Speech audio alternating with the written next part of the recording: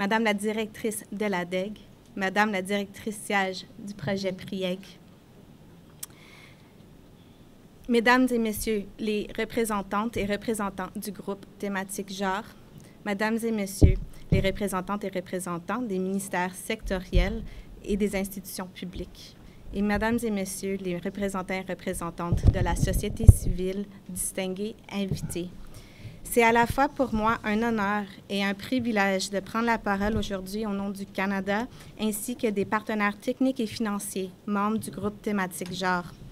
Pour commencer, permettez-moi de remercier Madame la ministre de la Famille et des Solidarités d'avoir convié cet événement qui nous réunit aujourd'hui. C'est un atelier d'actualisation et de validation de la stratégie de communication de la SNEG et de son plan opérationnel qui revêt, à mes yeux, une grande importance. Cet atelier représente une étape primordiale à la suite de la validation de l'évaluation à mi-parcours de la SNEG qui a révélé l'importance d'une communication transversale sur la promotion et les questions d'équité et d'égalité de genre. Chers invités, pour l'ensemble des acteurs qui défendent et qui travaillent en faveur de l'égalité, de l'équité et de l'égalité de genre, la SNEG est un document de référence, une source d'inspiration et d'engagement et un levier pour rendre effective l'autonomisation économique et sociale de la femme sénégalaise ainsi que l'égalité entre les sexes de façon plus générale. Malgré d'importantes avancées sur le plan politique et juridique, la défense et le respect des droits des femmes demeurent un défi. Cela est dû à une incompréhension persistante des principes et objectifs de l'égalité de genre en tant que vecteur d'une croissance économique et de développement durable.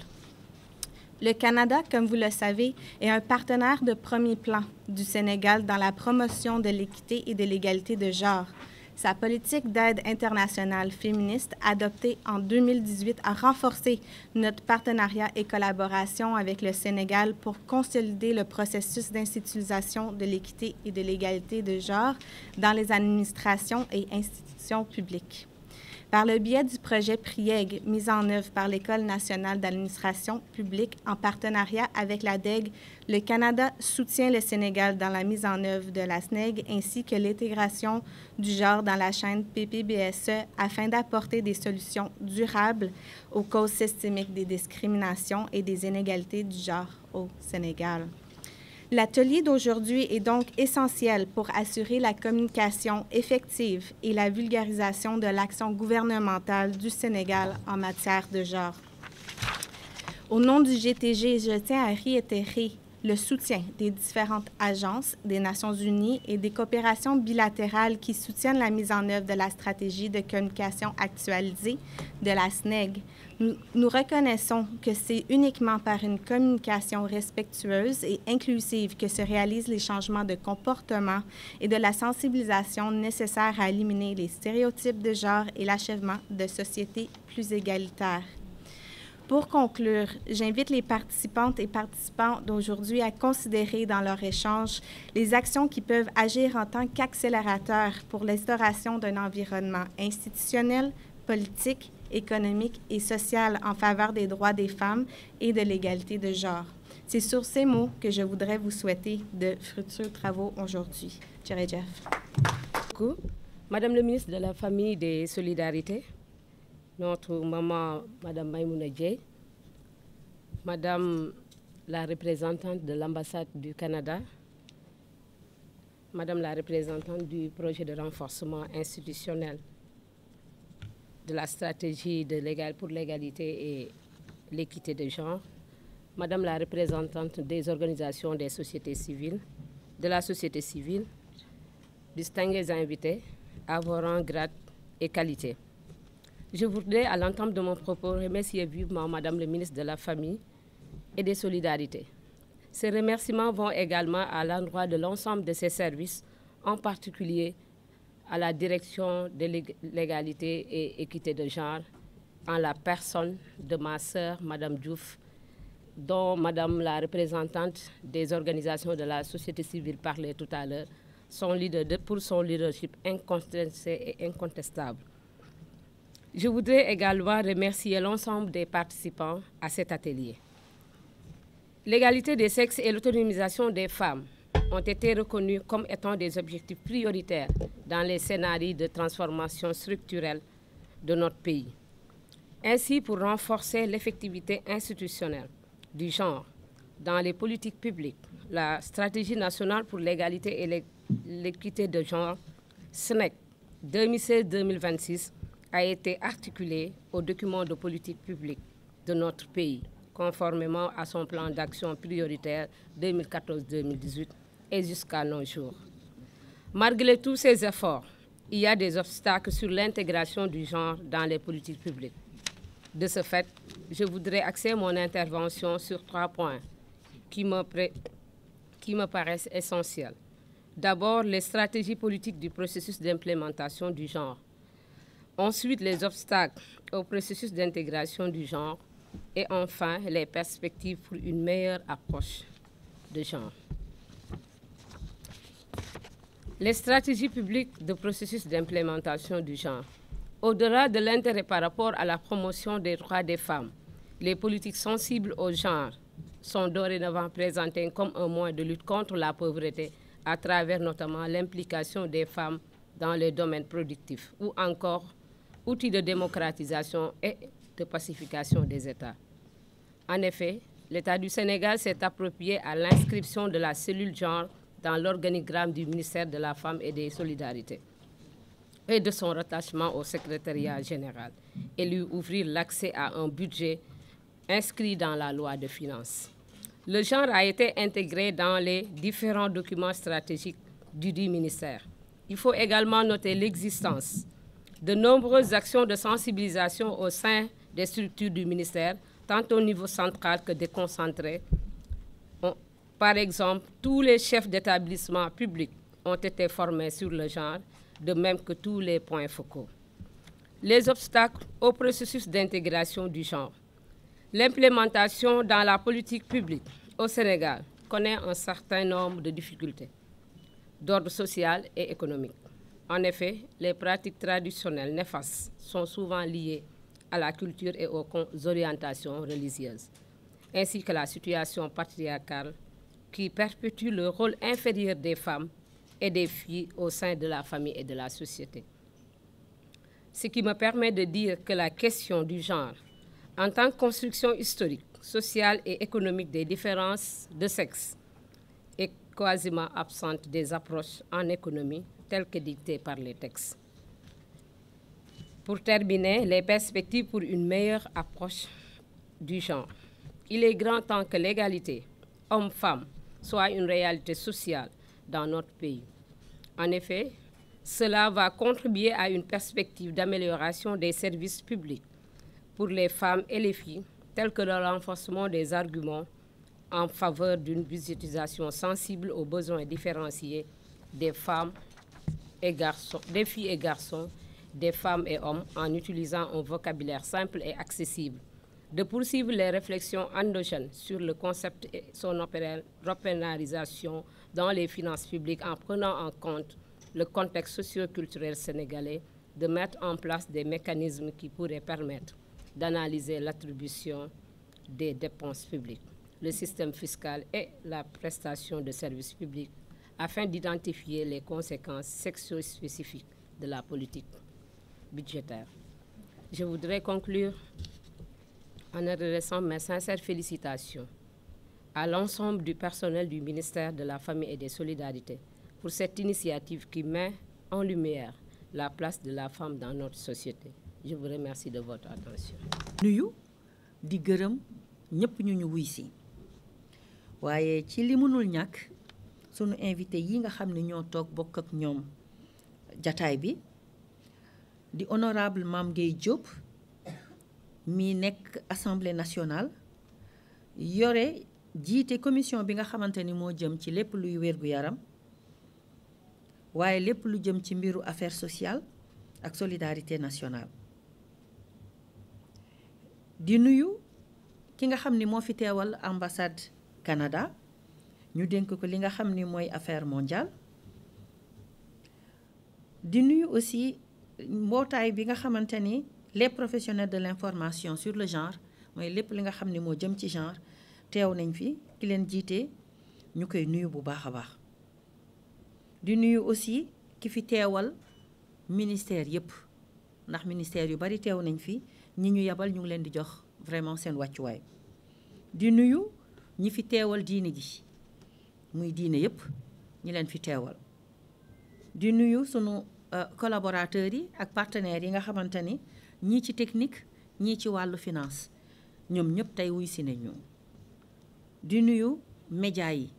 ak lépp ñi nga xamante ni ñoo yore lépp lu jëm ci communication di nuyu tamit ñi nga xam ne ñoo fi teewal université yi ak institut de recherche yi di nuyu képp koo xam ne tey jóg nga wuy si ñu ci bés bii am mbégte lool nag tey ci loolu lay tàmbali mbégte mi mooy déjà ci atelier bi nga xamante ni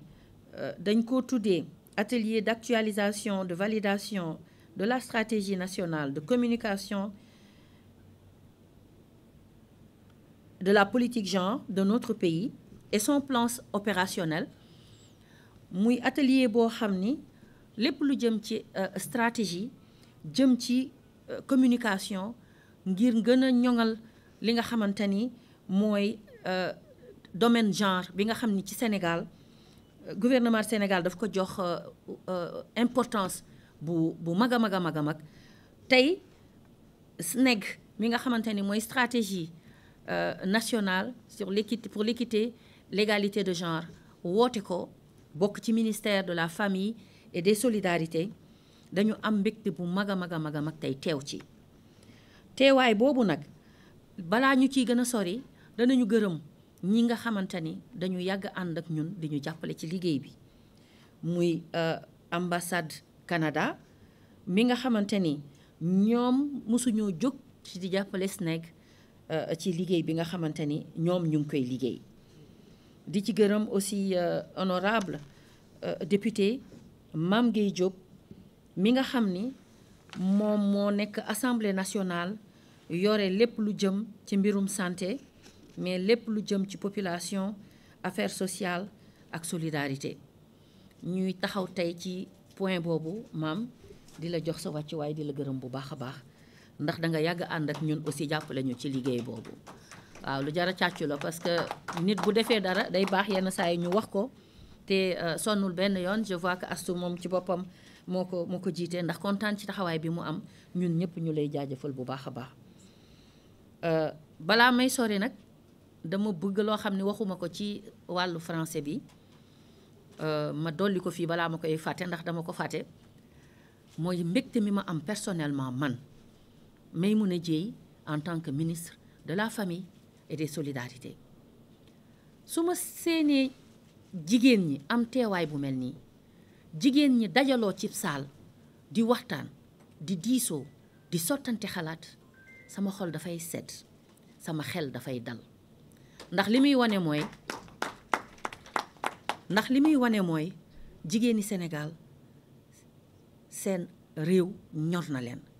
te mosuñoo des ginnaaw benn yoon ci lépp lu nga xamante ni mooy développement Sénégal lépp lu nga xamante ni mooy stratégie yu ñu war a teg pour que seen taxawaay mat sëkk donc gàcce ngaalaama yéen jigéenu Sénégal.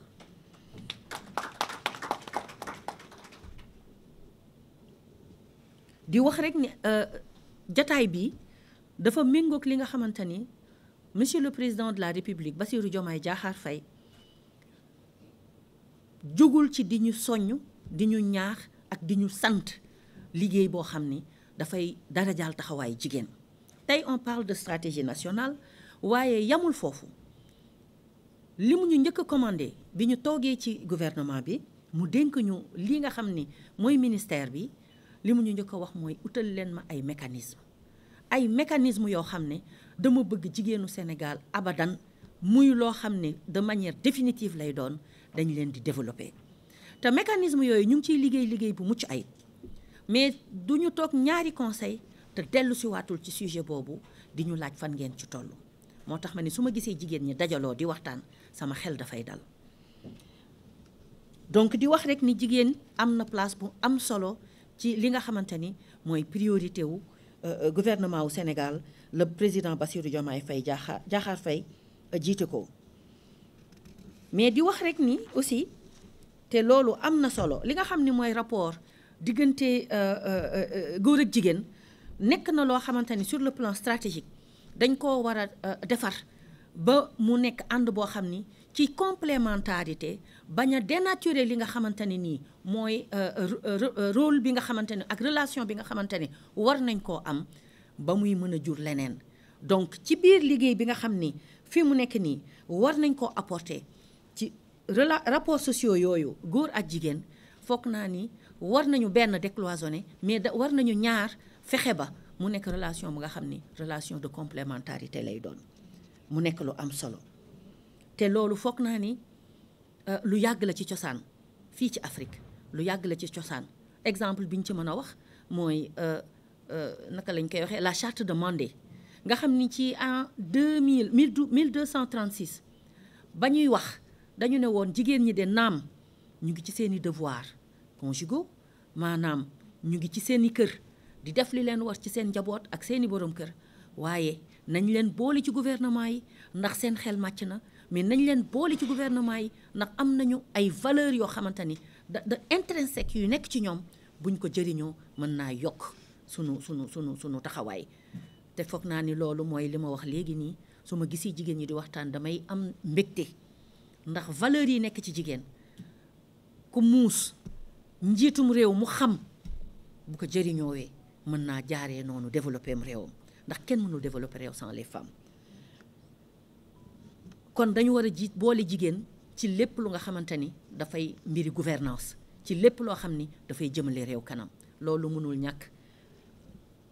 te dinañ ci taxaw bu soobee yàlla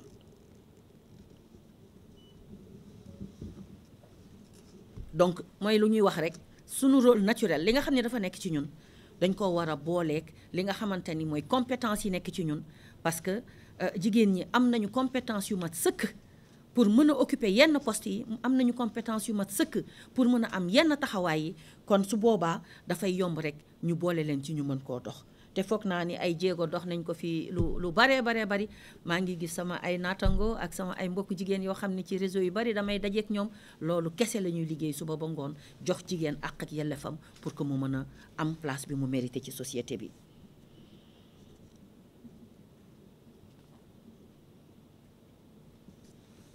donc mooy li ma wax rek LISNEG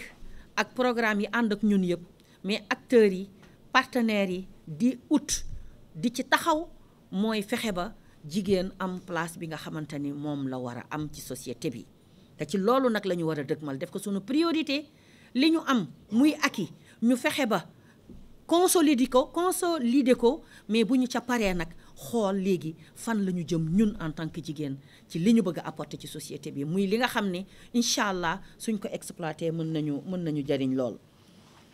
may remercier aussi ak di gërëm di nuyu sunu communicateur traditionnel yi nga xamante ni seen secrétaire général mi ngi fi teew di monsieur Abdou Aziz Mbaye mi nga xamante ni moom tamit waaw dooley jigéen la ndax dafa mës a jàppale accompagner jigéen ñi ci seen taxawaay. donc pour gàttal parce que foog naa ni li may wax yëpp damay bañ di ko répéter li may wax rek mooy xel dal na li ma gis tey wane na ni jigéen ñi non seulement natt nañ seen bopp mais xam nañ seen bopp waaye pare nañu te pare googu moom laay soññ képp kuy jigéen nga xam ni société bii muy sunu réew di Sénégal kenn mënu koo defar sans ñun kon nag góorgóorlu leen gën a jàppante gën a ànd pour que ñu mën a def li nga xamante ni moom la ñuy xaar ci ñun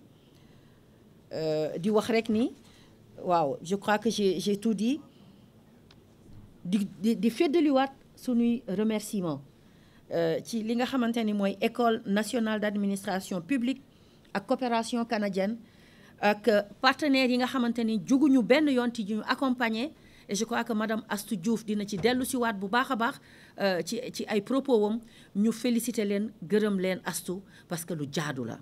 ñiy jàppale jigéen dañu am mérite parce que ñooñu dañu am taxawaay te taxawaay boobu foog naa ni ànd ak li yàlla santaane la kon war nañ leen gërëm bu baax a baax a baax a baax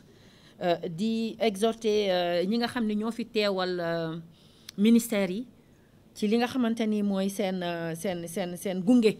ak ànd bi ñu bëgg ànd ak ñun jàppale ñu ci liggéey bi ñu leen di wax collaboration bi dafa war a continuer ñu ngi leen ciy félicité bu baax a baax ngeen gën a jàpp ñu ànd liggéey di leen wax rek ni recommandation bu fi mën di jógee mooy maanaam lépp loo xamante ni nii délibération la danañ ci bàyyi xel te bu ñu ci paree incha allah Astou fera une restitution et incha allah s'il y a des actions à mener s'il y a des actes à poser lépp loo xam ne war nañ koo taxawee bu soobee yàlla dinañ mën ngeen compter ci man parce que loolu tamit engagement bu ma bëgg a jël la mën ngeen compter ci man bu soobee yàlla dinañu ànd liggéey ci bu baax a baax maa ngi gërëm ñëpp di leen sant. Merci beaucoup. Je suis Madame Astou Diouf Gueye, directrice nationale de l'équité et l'égalité de genre au ministère de la Famille et des Solidarités. Vous l'avez dit, beaucoup de communications ont été faites. Il faut toujours communiquer et encore communiquer. L'état des lieux, nous avons noté une progression dans la compréhension et l'appropriation de cette politique, qui est à notre sens un outil de planification du développement, notamment la politique genre. Quand on parle de genre au Sénégal, ça renvoie à des questions de disparité, d'inégalité, de discrimination que la politique tente de corriger. Donc c'est axé sur les rapports sociaux hommes-femmes et à l'intérieur des hommes et des femmes, il y a des catégories spécifiques telles que les garçons et les filles, les personnes en situation de handicap ou celles issues des milieux défavorisés. Pourquoi le genre est un outil de planification du développement? Ça nous permet de donner réponse aux besoins de chaque catégorie. Naturellement, la vocation d'une politique publique, c'est de satisfaire les besoins des populations. On s'est dit, dans une société qui aspire à une égalité, une solidarité égalitaire, un développement inclusif, où les hommes et les femmes participent au même pied d'égalité à ce développement, et qui aspire à jouir de manière équitable et égalitaire à partager les fruits de cette croissance, naturellement, c'est une politique qui doit être adossée à une communication. La communication également permet d'opérer les transformations sociétales souhaitées. Parce qu'une fois que les populations comprennent le sens de cette politique, elles vont y adhérer et les solutions qui leur seront proposées seront facilement adaptables et adaptées à leurs besoins, et qu'ils puissent trouver toute satisfaction dans ces politiques-là. Communiquer parce que aussi nous avons senti qu'il y a une mauvaise compréhension de la politique genre du Sénégal, axée essentiellement sur la variable homme-femme, comme je vous l'ai dit, avec des catégories spécifiques qui ont besoin d'attention particulière. Si vous revisitez notre système statistique national, elle fonde l'approche genre sur la variable homme-femme. Si vous revisitez également le système de planification et tous les documents de planification stratégique reposent sur la variable homme-femme. Les référentiels de politique de développement socio-économique également font état de cette variable-là dans la planification des politiques publiques.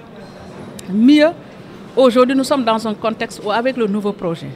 on a senti que la question de l'équité et l'égalité des chances qui est adressée dans la stratégie nationale pour l'équité et l'égalité de genre est au cœur du projet d'un Sénégal souverain, juste et prospère. Et mieux, dans ce projet, le chef de l'État, dans sa vision, a mis une place importante par rapport à la nécessité de déconstruire les stéréotypes de genre depuis le bas âge. Nous avons dit tantôt que cette option politique permet de préparer les jeunes enfants à la vie citoyenne responsable, mais à un respect des valeurs humaines, de dignité, de complémentarité. Notre politique genre est axée sur la complémentarité homme-femme, filles-garçons, mais également sur la nécessité d'opérer des choix judicieux en termes d'équité pour marquer les politiques publiques dans différents secteurs, que ce soit dans l'éducation, la santé, la formation, l'agriculture, l'élevage, l'énergie, l'industrie. Dans tous les secteurs de développement, nous avons des politiques sectorielles ou des plans sectoriels qui permettent d'adresser les besoins de différentes catégories sociales, mais aussi de les rendre sensibles au genre pour qu'aucune catégorie ne soit laissée en rade. Donc c'est ça les éléments fondamentaux qui justifient la nécessité d'avoir une stratégie de communication. Une stratégie de communication également nous permet d'avoir un langage cohérent et unifié à tous les niveaux. Que ce soit au niveau central, au niveau sectoriel et jusqu'au niveau territorial, parce qu'on est à l'ère de la territorialisation des politiques publiques. Mais c'est également une stratégie qui nous permet d'adosser notre communication sur nos valeurs, nos croyances et nos pratiques ancestrales qui ont été vraiment, si vous le voulez, très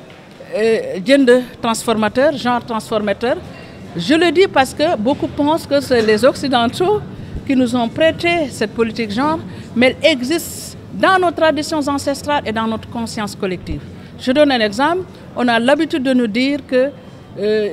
lu jigéen góor mën jigéen mën na ko. Jàmbaar ca waar wa, on n'a pas dit qu'il n'y a que les hommes, il y a aussi les femmes. Ñaari loxoy takk tubéy, ñaari loxoy takk sër, loolu c'est du genre. Quand on dit à un garçon yow de góorgóorlul, loolu genre la. Jigéen luñ koy wax yow c'est waa kumba. Donc c'est des choses qui existent bel et bien dans nos traditions et dans nos pratiques quotidiennes que nous voulons valoriser à travers cette stratégie. Et nous avons vu que aussi bien les hommes que les femmes se sont illustrés dans la marche de notre pays vers le progrès, mais aussi dans la solidification de notre tissu social. C'est à ces valeurs-là que nous appelons les Sénégalais. C'est à ces valeurs-là que nous appelons la jeune génération et les jeunes enfants pour qu'on ait un Sénégal exempt de toute cassure, parce que c'est un pays où ces valeurs cimentent le socle social et nous voulons les préserver à travers cette politique qui a été un peu galvaudée ces dernières années. Et c'est ça qu'il faut éviter. Et ça entre à droite ligne avec les orientations gouvernementales qui demandent à tous les porteurs de politique publique de communiquer constamment avec les populations pour qu'on puisse réajuster ces politiques si elles ne sont pas dans le sens des aspirations des populations, mais aussi amplifier et consolider celles qui sont dans le sens des aspirations de nos populations. Nous focaliser sur les comportements, les attitudes et les pratiques qui freinent le progrès vers l'égalité homme-femme dans tous les domaines, parce qu'il reviendra à chaque secteur d'adapter la stratégie de communication à son secteur. Si je prends le secteur agricole, si vous allez parler de genre en termes de communication, nous avons des préoccupations latentes, telles que par exemple l'égal accès des femmes aux équipements, à la terre, aux intrants. Mais également, il y a des pratiques traditionnelles qui faisaient par exemple que les femmes sont confinées à certaines filières. C'est ces déconstructions-là qu'on veut faire parce que la technique a évolué et elle a évolué en faveur de l'accès équitable. Je veux donner l'exemple du sorgho. Souvent, on disait que ça demande une force de travail énorme et que les femmes ne l'avaient pas. Les recherches de certains instituts comme l'ISLA et autres, et l'Université de Thiès, ont montré que avec les nouvelles semences que nous avons, il y a une possibilité de croissance très accélérée et que c'est à la portée des femmes. Je donne des exemples concrets comme ça. Si vous voulez également, dans le domaine de l'éducation, nous savons que la question de l'égalité d'accès ne pose plus de problème, mais nous avons besoin du marqueur social qui est l'équité pour essayer de mettre les jeunes enfants dans les mêmes conditions d'études et de réussite. Qu'elles soient des milieux citadins ou du milieu rural, c'est à ces genres de communication qu'on veut amener les décideurs pour qu'ils impulsent davantage les politiques dans ce sens. C'est valable dans le secteur, par exemple, de l'énergie, où c'est un secteur quasiment masculin. La présence des femmes est très faible, mais il y a des possibilités de corriger ces écarts, ces disparités, pour que les femmes puissent contribuer pleinement au développement de ce secteur, mais également puissent jouir des mêmes opportunités que les hommes en termes d'accès, de responsabilisation. Il y a des actions qui ont été menées pour encourager cela, telles que les programmes de stage féminins dans le secteur de l'énergie, mais ce n'est pas encore suffisant. Nous voulons continuer le plaidoyer à travers cette communication pour également faire prendre conscience que les effets induits de la non prise en compte des femmes dans ces secteurs stratégiques de développement pourraient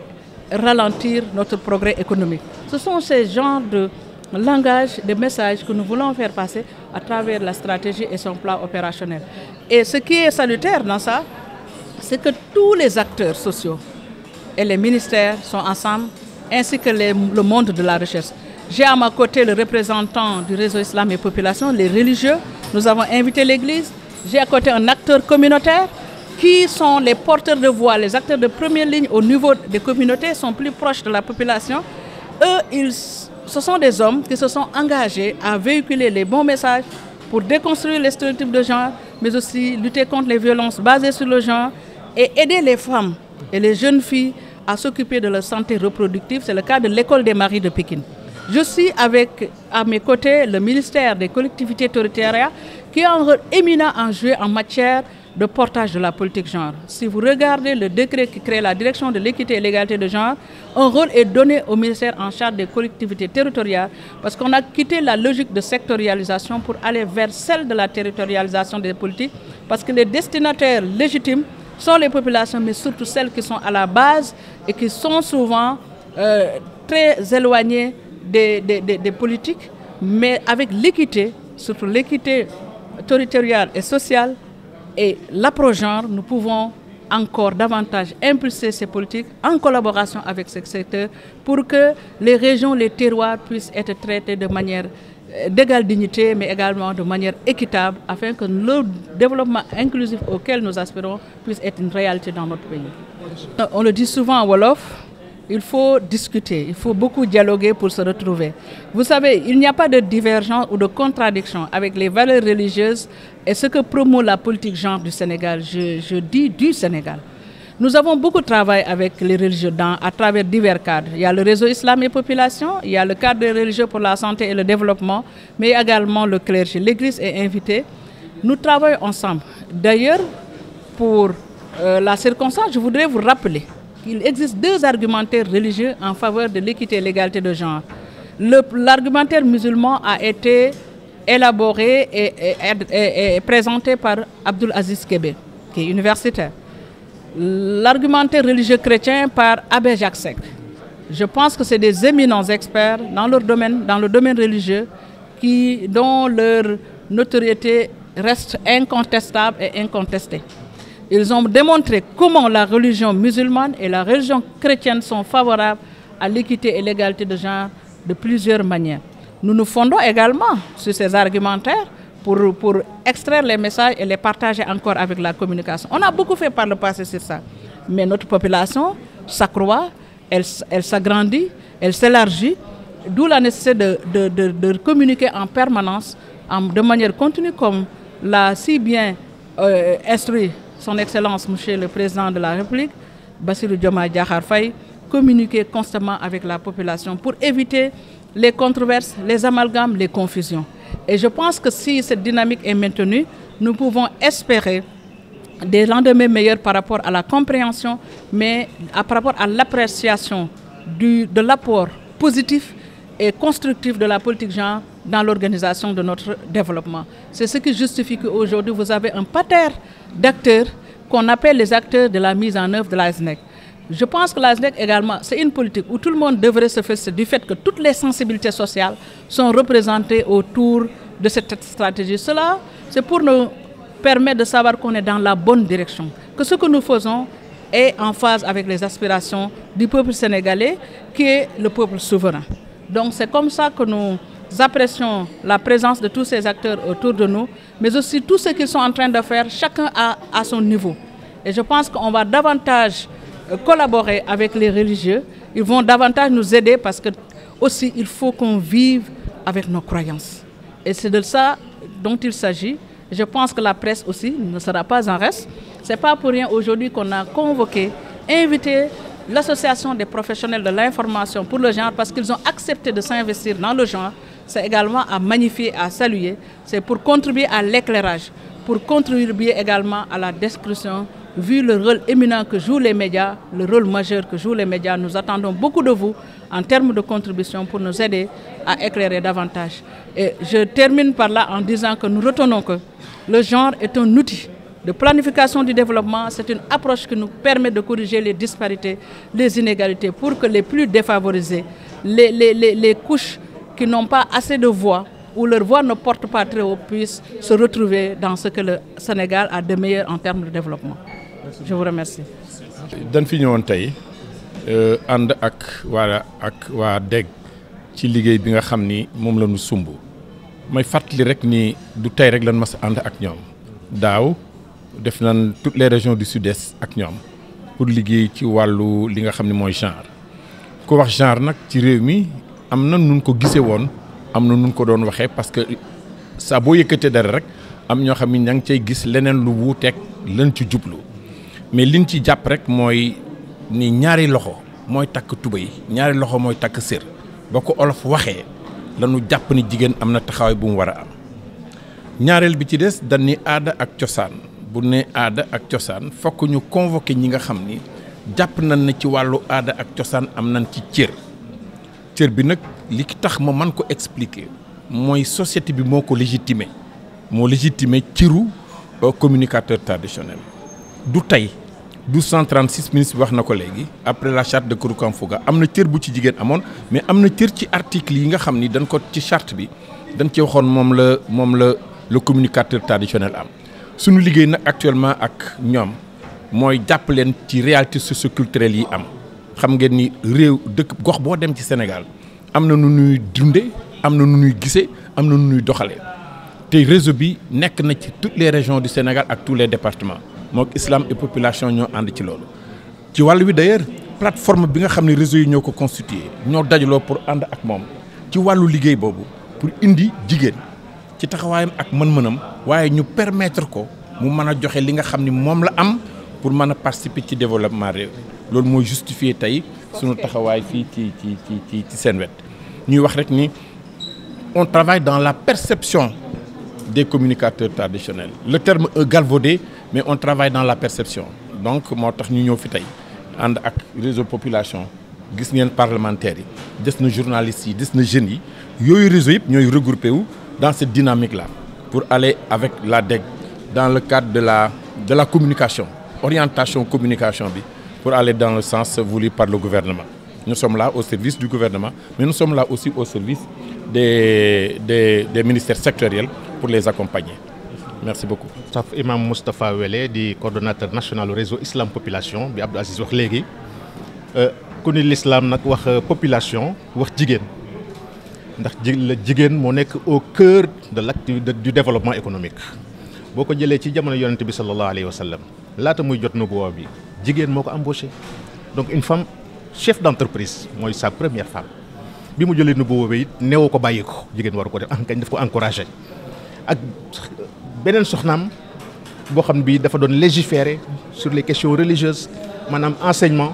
lañ ko jàngal ba mu kii mën naa leen ku bëgg a xam sa diine na nga dem ci rougeâtre bee mu jàngal la pour wax rek loolu c'était pour encourager la participation des femmes dans la sphère économique sociale donc d'un pays jigéen dafa am place am boo xam ne dafa am valeur ajoutée boo xam ne bi l'islam moo ko jëkk a may à l'aube de l'apparition donc de la religion islamique dafa ñëw ni jigéen dafa am place bu fondamentale bu essentielle ci lépp loo xam ne ñu ngi koy def dans la cité mu am ci droit nag à égalité avec les hommes donc góor fu mu taxaw jigéen war dafa mën a taxaw l'islam leen rek la bañ mooy condition ko jigéen bañ a dugg ci société bi yàq doxalin yàq valeur yàq waaye tant que yàlla nga koy may mu mën a apporter une valeur ajoutée donc elle est au même titre que les hommes partout où elle peut être donc dans la gestion de la cité pour wax leen l'islam dafa encourager la participation de la femme dans les activités économiques dans les activités sociales dans les activités culturelles ni mu ko waxee léegi góor baax na jigéen baax na loxo ñaari loxoy takk tubéy ñaari loxoy takk sër l'islam foofu la mës a tëdd tax égalité société bi nga xam moom lañ bëgg al islah fil ard bi ñuy wut maanaam l'équilibre sur la terre mënul am tant que jigéen ñi jox ñu leen seen aq ak seen yelleef ba mu mat tey boo xoolee on dirait que 52% même de la population mondiale est féminine donc ñooñu mënoo développer un pays def leen au second plan et les statistiques ont montré que partout où on va dans les sphères muy ci écoles yi muy ci dans la sphère administrative et tout da ngay gis ni participation jigéen ñi macha allah toll na foo xam ne fii il serait vraiment dommage il serait malheureux ñu priver donc le pays de cette valeur ajoutée donc des femmes dëkk bi wax naa ko léegi madame la ministre sans vous le monde ne serait pas ce qu'il est et sans vous il n'y aura aucun développement économique équilibré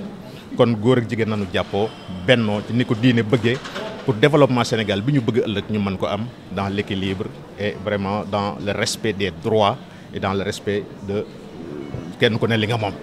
loolu daal moo tax réseau Islam Population ànd ak réseau des communicateurs traditionnels ànd ak réseau des jeunes ànd ak réseau des parlementaires ànd ak réseau des journalistes pour ñu ensemble ñu créer benn plateforme pour mën a accompagner tout ce qui est politique de population ici au Sénégal rawatina nag loo xam ne dafa jëm ci àqu ak yelleefu jigéen ñi ak xale yi tout tànk yi lii daal mooy suñu taxawaay ñun bëgg leen ci accompagner nag comme ni ñu ko defee woon dans le passé suñuy mag suñuy baay daan ko def tey ñoom làqu nañu ñun ñoo fi des ñu war ñu nit continuer mission bi ba li nga xam ne daal moom lañ bëgg ci réew mi ñu mën ko am foofu la Sénégal toll actuellement c'est l'ouverture c'est la mondialisation kenn ku ne am nga cër boo ci war a jouer ku ne nañ la jox sa cër ba mu mat sëkk incha allah rabbi ci loolu lañ fas yéenee dox. wax toujours ma ni Sénégal dañu am benn déformation mooy dañoo gëm une culture qui est importée qui n'est pas nôtre et qui n'est pas islamique aussi parce que dañuy mélanger souvent la culture et la religion jël culture mettre ko au devant parce que fële loolu moo fa xew ñu defe ni loolu mooy diine te du diine kon ñun sunu kii mooy il faut que nous arrivions quand même à lever les équivoques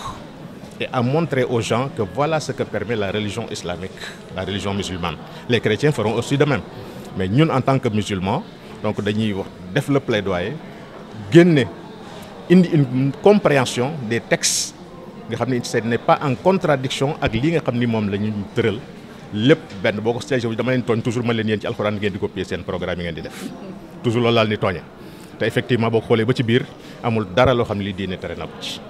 kon ci loolu nag ñun ci lañ fas yéene dem am musu am problème xëy na nag compréhension ñenn ñi seen dégg-dégg ndax nag ñëpp bokkuñu nu ñuy déggee waaye à force de communiquer à force d'aller vers les autres à force de discuter de changer d'idée ñu bëri dañu xam ni dëgg lii mooy mbir mi. C'est Madame Safiatou Diop Fall, je suis la présidente du réseau Siggil Jigéen. Vous comprenez que la validation de notre stratégie de communication sur la SNEC 2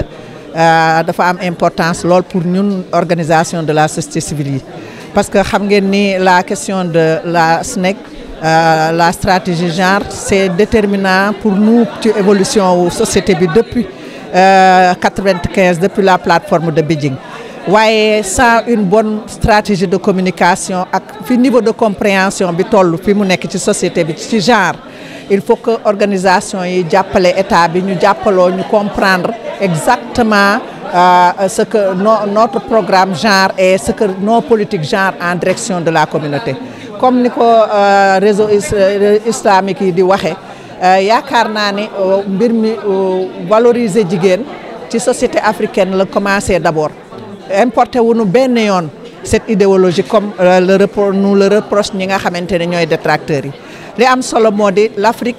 a de tout temps été très matriarcale donc suñu ko basé sur notre culture rek mën nañu wax ni genre fii la soqeekoo fii la sose parce que ñun ñoo gënoon a valoriser jigéen ndax jigéen mooy lépp en Afrique waaye au-delà vraiment de l'aspect africain mën nañu wax ni comme ñun nous sommes des sociétés de croyance aussi ay musulmans lañu ak ay chrétiens dañoo am ngëm suñu religion mësul réfuter égalité entre les hommes et les femmes ak valorisation de la femme religion yi wax na ko jigéen moo ëpp solo moo ëpp dayo ci raaya l'islam parce que moo ko couvrir moo ko yëkkati donc tey suñuy wax stratégie de communication religieux yi nekk fi société civile bi nekk fi te ñun ñu appeler à une reconceptualisation du genre par rapport vraiment au niveau de notre communauté c'est important que réseau Siggil Jigéen wax ci ñun société civile organisation de femmes yëpp ñu wax ci ñuy rafetlu nag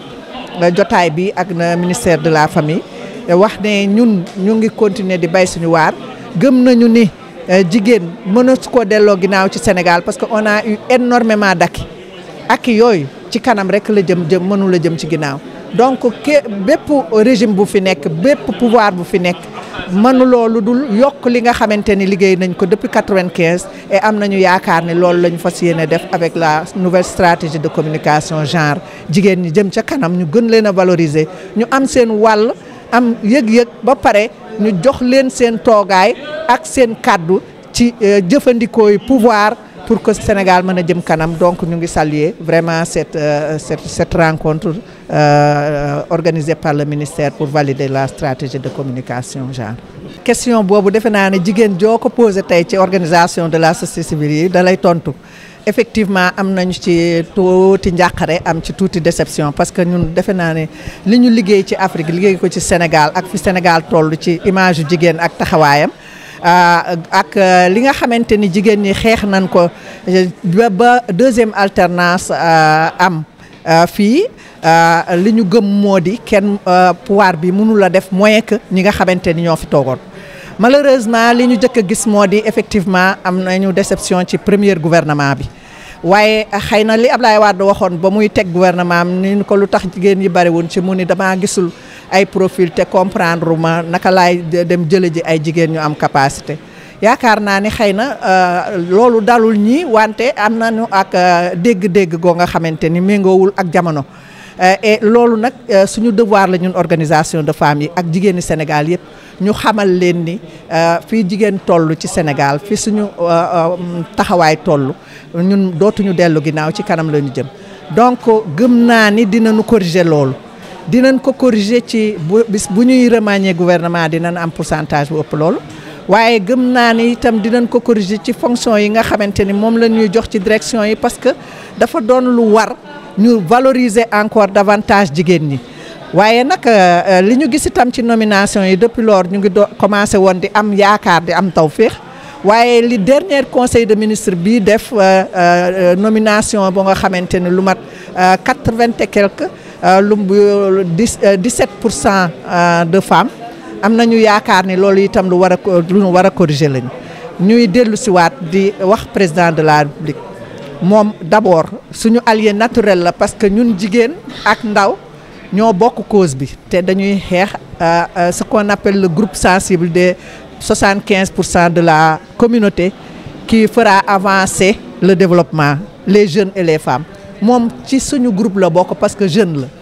dañ koy ñaax ni ko na dellu siwaat xool li nga xamante ni yaayam yi liggéey nañ ko 3 générations xool li nga xamante ni rakkam yi liggéey nañ ko 2 générations xool li nga xamante ni doomam yu jigéen fas nañ ko yéene mu di 3e génération mu gëm mu góorgóorlu lépp loo nga xamante ni jàkkaarlooti na ko ci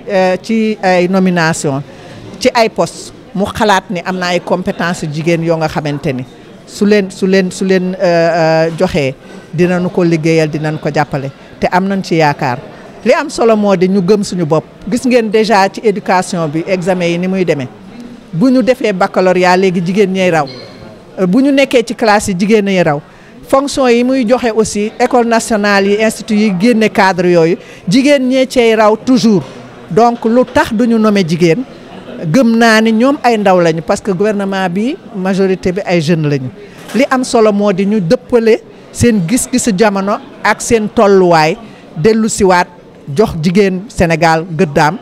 pour que ñoom ci seen bopp ñu mën leen a gën a naw ndaxte amuñu droit delloo ginnaaw Sénégal ci Afrique amuñu droit delloo ginnaaw ci Sénégal ci àdduna te Sénégal ca kanam rek lay jëm avec les droits des femmes c'est déjà acquis on n'y renonce pas on continue vraiment de lutter et véritablement de vaincre. Merci. Madame Penda Seck Diouf, société civile. Je suis la présidente du groupe d'initiative des femmes sur le genre dans les politiques publiques. Et on nous a présenté tout à l'heure comme gendarme du genre. C'est-à-dire que nous contrôlons le genre dans la prise en compte du genre dans les politiques publiques. D'autant plus que le genre est un critère transversal pris en compte dans les programmes et projets de développement. Dafa important à plus d'un titre. Dafa important parce que mi ngi nekk atelier bu nga xam ne dañuy actualisation et validation de la stratégie de communication du genre et la présentation du plan y afférent, le plan d'action y afférent. Loolu dafa am maana soo gisee ñu ni communication ci stratégie communication sur le genre, la stratégie donc de communication du genre ñu war koo xool dafa am maanaam ci li nga xamante ni si noonu la ñuy comprendre ak noonu la ñuy gisee ak noonu la ñuy tegee le genre rawatina nag en termes d'acceptation, en termes d'adhésion et en termes d'appropriation au sein des populations en général et des communautés de base en particulier. xam nga genre nekk na lu nga xamante ni léeg-léeg saa yu ñu ko waxee rek mu am benn compréhension wala benn waxin bu nga xamante ni si nit ñi dañ koy amee naneen ku ci nekkit am ci ay interprétation ak wax bu nga xam ne noonu nga koy gisee léegi nag noo ngi bëgg nag mu nekk compréhension buñ ne genre mooy lan waaye buñ ne égalité homme-femme mooy lan et loolu naka lay nekk ba contribuer ci sunu développement, un développement équitable, un développement solidaire, un développement participatif et inclusif. Genre nag boo ko xoolee ci noonu nekkul lu dul la correction des inégalités yi nga xamante ni si moo am maanaam fekk lu nga xamante ni si noonu la taxawee wala lu nga xamante ni si boole wuñ ci booloo wala ci jëfin wala ci accéder ci ressources yi wala accéder ci instance de prise de décision yi mu am ab écart wala mu am ab lu nga xamante ni si waroon na ci diggante ni ñu koy jëlee jigéen ñi ak góor ñi. Genre nag du dualité mukk ci diggante góor ak jigéen buñ nee genre du maanaam nga ni jigéen nii la taxawee du maanaam nga ni góor ak jigéen ñu nga fay nekk sax bay seet naka la ñuy defee dualité déedéet du dara lu dul ne àndandoo ak jël comme besoin yi dafa différencier nekkin wi dafa différencier xam-xam bi ak li nga xamante ni moom dañ cee war a doxal dafa am nu mu kii ñu ni nañu jël foofa yépp ku ci nekk te ñu égal te ñu taxaw avec les mêmes chances ñu taxawal ko lii mooy genre donc du dara lu dul fekk lu nga xamante ni si déséquilibré na wala égalité ba des na ñu ni nañu ñëw boole ko ba nga xamante ni si taxaw na te ñëpp ànd ci en toute solidarité et en toute connaissance et responsabilité. Je suis docteur Fatou Cissé, économiste, enseignante-chercheur à l'Université Cheikh Anta Diop de Dakar. Je suis aussi chercheur au Consortium pour la recherche économique et sociale, qu'on appelle le CRES. Le CRES est un centre de recherche, un think tank, qui travaille dans la production de données et de connaissances pour appuyer la prise de décision dans différents secteurs, y compris les questions de genre, les questions d'agriculture, les questions de protection sociale, d'éducation et de santé. D'abord, je voulais dire que je félicite le ministère de la Famille et des Solidarités pour cette initiative que j'apprécie à différents niveaux. D'abord, d'avoir pris l'initiative de faire un diagnostic pour pouvoir améliorer la communication. Parce que la communication occupe une dimension très importante dans tout processus. Et aussi la dimension inclusive. Ils ont impliqué les partenaires qui ont un rôle à jouer dans tout ce qu'ils veulent réussir en termes d'équité et d'égalité de genre. Particulièrement pour ce qui nous concerne en tant que think tank, producteurs de données et de connaissances, nous apprécions cela parce que nous travaillons depuis des années dans la production des connaissances sur les questions de genre. Que ça soit dans les différents secteurs, comment se positionnent les inégalités de genre dans différents domaines, que ça soit aussi comment le fait de ne pas résoudre les questions d'inégalité de genre peuvent porter atteinte aux objectifs de développement. Et en écoutant la stratégie de communication, nous étions très ravis et très optimistes d'entendre que dans les axes qui sont prévus, il y a l'élargissement du partenariat avec le monde scientifique qui produit et traduit les connaissances pour la prise de décision. Je citerai juste un exemple. Ils ont cité 2 thématiques sur lesquelles ils veulent porter l'accent, c'est-à-dire le suivi des objectifs pour le développement durable. Pour les suivre, on a besoin de données pour savoir comment les ODD se positionnent dans le temps. Et pour cela, ils ont besoin de ceux qui produisent les données, de ceux qui produisent les connaissances. Deuxième thématique aussi que j'ai retenue, c'est qu'ils veulent comprendre comment la dimension genre est prise en compte, peut contribuer au développement. Pour cela, on a besoin de faire des recherches pour voir quel est le coût économique de la non prise en compte de la dimension genre. Quel est le coût économique de ne pas... Qu'est-ce que ça coûte si on ne résout pas les inégalités de genre? Qu'est-ce que l'économie va perdre? Tout cela contribue à renforcer le plaidoyer pour que les décideurs publics investissent davantage sur les questions d'équité et d'égalité de genre. Parce que c'est intéressant aujourd'hui qu'on dise qu'il y a ODD,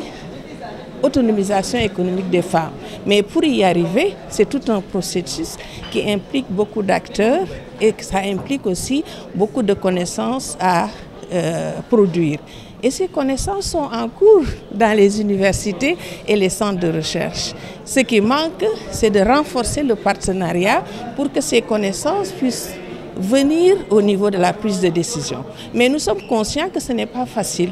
parce que cela demande tout un processus. D'abord, il faut comprendre quel est l'écosystème de la prise de décision, qui prend les décisions, qui initie les changements, de quoi on a besoin pour que ces changements puissent s'opérer sur la base de données réelles, pour faciliter cela. Et ce que j'ai senti en tout cas, lorsqu'ils ont présenté cette stratégie, je vois par-ci, par-là, toutes ces possibilités de pouvoir faire cela. Analyser l'écosystème, amener les données qui existent,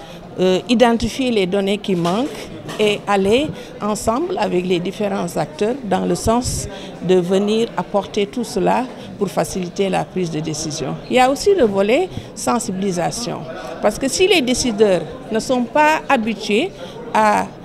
utiliser les données, quand je dis données, ce ne sont pas seulement les statistiques. Ce sont les statistiques qu'on collecte, certes, mais il y a aussi toutes ces recherches qui sont effectuées. Il y a aussi toutes ces connaissances qui existent au niveau des experts à partir de leurs connaissances de terrain. Et si on amène tout cela, on peut sensibiliser davantage les décideurs à comprendre l'importance d'interagir avec ces différents acteurs qui produisent ces connaissances. En tout cas, je reste très optimiste que tout ce que nous avons fait depuis des années sur les questions de genre continuera à pouvoir renforcer les politiques. Nous avions déjà un partenariat solide avec le ministère en charge des questions de famille et ça ne fera continuer. Maintenant, avec cette nouvelle dynamique, nous sommes sûrs qu'il y aura toujours des axes de partenariat renforcés.